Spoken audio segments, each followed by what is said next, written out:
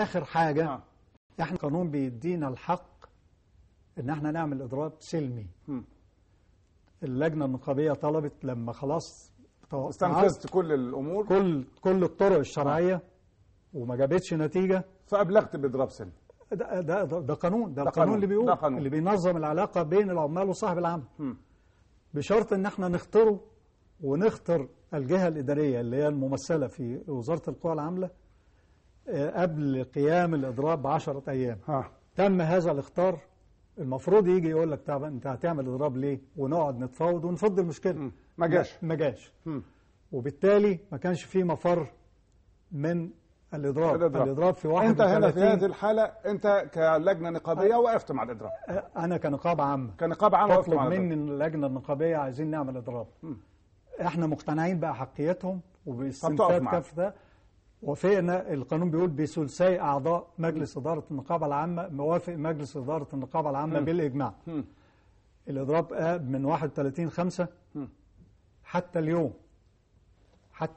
حتى اللحظة مستمر. ده الراجل مش عايز الشركة بقى تشتغل، مش عايز. مش هذا المستثمر اللي لا يحترم العمال ولا يحترم البلد ولا يحترم قوانين البلد. مجلس الشعب ناقش المشكلة بناء على طلب إحاطة مقدم من زميل من النواب، نائب رئيس النقابة عضو مجلس الشعب، تقدم بطلب بيان عاجل، نوقش في لجنة القوى العاملة، استدعته، لم يحضر. يبقى ده ينبغي اتخاذ اجراء ضده فورا للحفاظ على اخر حاجه. الوزيره الحاجه عائشه والاستاذ حسين مجاور رئيس الاتحاد العام كانوا في اجتماع يوم الخميس مع رئيس الوزراء. ده نموذج لاحد ده نموذج للخصخصه، مش ده نموذج لتجربه اثبتت ان هي المستثمر غير جاد وفشل في اداره المستثمر. استاذ محمد لك تعليقات؟ هو كان التعليق يعني حضرتك بتقول النقابات ودورها. هو النقابات المفروض ما تستناش المشكله لما تحصل وبالتالي تتحرك. لازم يكون عندها مبدا المبادره او المبادئه، يعني يبقى عندها فورتيلينج او فوركاستنج، تتنبأ بالاحداث قبل كده.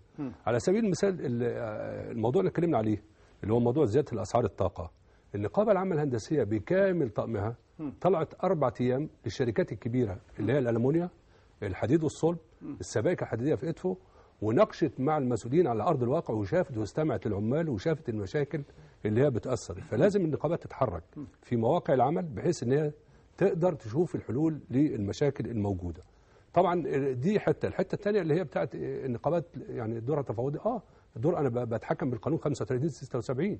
انا عندي قانون اسمه قانون النقابات، والحقيقه ده قانون المفروض يفعل عن طريق كل الاطراف الثلاثه، سواء القوى العامله او نقابات العمال او اصحاب الاعمال، لان دي بلدنا في النهايه. يعني احنا النهارده اما نتفاعل احنا الثلاثه، المثلث ده يعني يشتغل لصالح البلد، لكن النهارده عشان طرف يطغى مصلحته على طرف اخر زي ما الاستاذ تفضل، ده المفروض يتخذ ضده اجراءات بحيث ان هو دي بلدنا ولا نسمح لاي حد ان هو يعبث بها، لان اي حته بتنزل في البلد بتنزل في اقتصاد البلد ككل. يعني طب في اطار الحديث عن العبث، الى اي مدى بتعتقد ان هناك صحه او ما مدى صحه استخدام الاضرابات، الاعتصامات، الاحتجاجات العماليه المشروعه وتسييسها؟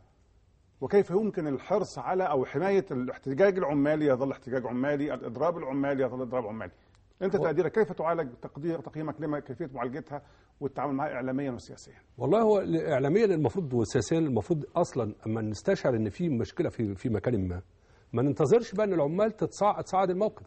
يعني المفروض المسؤولين في المكان ده ما تركبش دماغه، يعني المفروض يجي ويجيب نقابات العمال ويحترم القانون ويقعد يتفاوض معه ويشوف الحد الادنى من التفاوض بحيث ان احنا نتفق على كلمه سواء. فكره احترام القانون من الاطراف ده كلمه سريه وسحريه الحقيقه، احترام القانون من الطرفين من كل الاطراف يعني. ما هو عشان البلد تنهض لازم نحترم القانون، لان القانون ده جاي من مجلس الشعب. مجلس الشعب السلطه التشريعيه والرقابيه. والحقيقه بالمناسبه يعني الاستاذه عائشه عبد الهادي بتحاول جهدها انها تحل هذه المشكلات قبل وقوعها. يعني بتحاول دايما ان هي يعني مش تمجيد لها ولا حاجه، ده كلنا عارفين هذا الكلام، لكن بتحاول تاخد الدور ده بحيث ان احنا ما ندخلش البلد داخله على مرحله نهضه، مرحله استثمار والى اخره. ما فيش داعي لان تحصل اضرابات هنا والى اخره. لكن الاضراب هو شيء طبيعي او حق قانوني بيلمسه القانون او بيستند ليه في اذا ما المفاوضات انتهت. طب اذا كانت الوزيره عائشه هي من الناس اللي بتقوم بده وعندها فكره الفوركاستنج اللي بتتكلم عنها، فكره التنبؤ بالمشكلات، هل ده مساله موجوده على مستويات الاداريه المختلفه الاخرى؟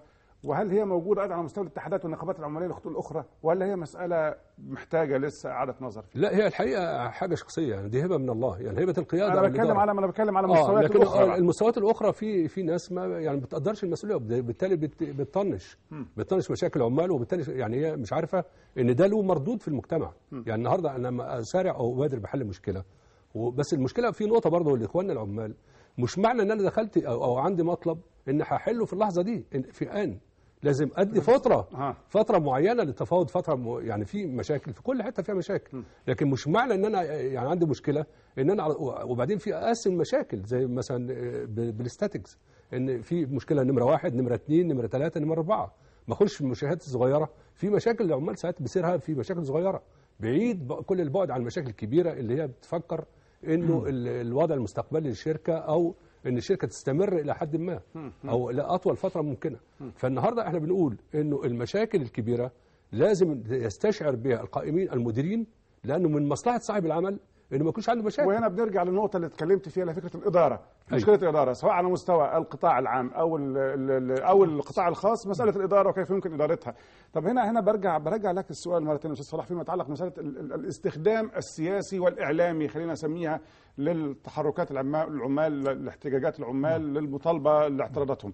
انت بتقيم ده ازاي، وكيف يمكن الحفاظ على هذه المساله باعتبارها مساله عماليه بالاساس؟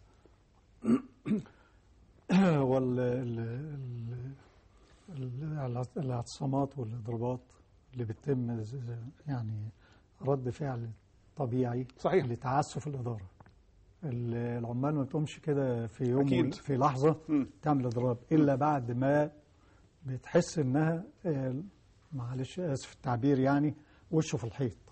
ما عادش خلاص. يعني هو ده اخر حاجه. انا طلبت والنقابه طلبت والاتحاد طالب ورحت القوى العامله والوزيره تدخلت. ودي احنا يعني مش يعني هو دائما في تنسيق بين رئيس الاتحاد والوزيره عشان يعني يدوا قوه لبعض، الحكومه مع طرفي. الا انه التعسف في الجانب الاخر ممكن يخلي وانت نقابي حضرتك العمال تخرج من ايدك. ما انت خلاص لازم يكون في قدر من التجاوب او التفاهم، خلينا نسميها، مع بعض الصبر من العمال على الطرف الاخر، بدليل ان في مصانع مستقره. مصانع ال50 شركه اللي احنا وصلنا معاهم لاتفاق بصرف العلاوه، الناس استجابوا، بعتنا لهم جوابات شكر من النقابه على استجابتهم. طب اللي ما استجابش، ما هو العمال بقى اللي انا بحاول اوصل ومقدمين طالبين مفاوضه جماعيه مع العديد من هذه الشركات. لو وصلنا برضه إلى طريق مسدود، لما تيجي بقى في الآخر العمال تحس لا أنا ولا الحكومة ولا البتاع عملت لهم حاجة. الرد الطبيعي إيه؟ هعمل إضراب يا رب يحصل إيه؟ خلاص. مش ده ضعف بقى النقابة. التنظيم النقابي دوره تفاوضي في مصر وفي العالم كله. دور النقابي أن يتفاوض لتسوية النزاع بشكل. هقول لك خلينا هنا انا بشكل ان هو يصل الى حلول لحقوق العمال والحفاظ على سير العمل في نفس الوقت، وده بيعني في النهايه حاله من حالات الامان بالنسبه للمجتمع.